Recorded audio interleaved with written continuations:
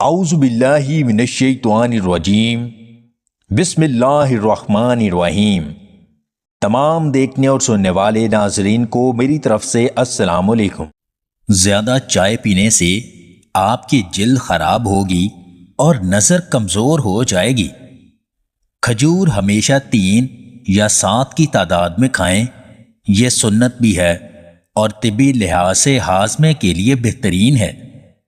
کھجور کے ساتھ دودھ یا پانی پینا جسم کو فوری توانائی دیتا ہے۔ دودھ میں دیسی کشمش پکا کر کھانے سے بدن کو طاقت ملتی ہے۔ چھوٹے بالوں والی عورت تلوں کے تیل اور سرسوں کے تیل میں انڈا اور دہی ملا کر بالوں میں لگائے، بال بہت جلدی لمبے ہو جائیں گے۔ ہلکے رنگ کے کپڑے پہننے سے آپ کو گرمی کم لگے گی۔ بدن میں گھوڑے جیسی طاقت پیدا کرنا چاہتے ہو تو بنے ہوئے چنے دودھ کے ساتھ کھایا کریں۔ چنے کی دال میں سونف ملا کر کھانے سے جوانی دیر تک قائم رہتی ہے۔ کمزور ہاضمے والے لوگ ساگو دانہ پکا کر کھائیں، بہت مفید ہے۔ دودھ گرم کر کے پینا ہڈیوں کو مضبوط بناتا ہے۔ گنے کا رس پینے سے جسمانی تھکاوٹ دور ہوتی ہے اور بدن صحت مند ہوتا ہے۔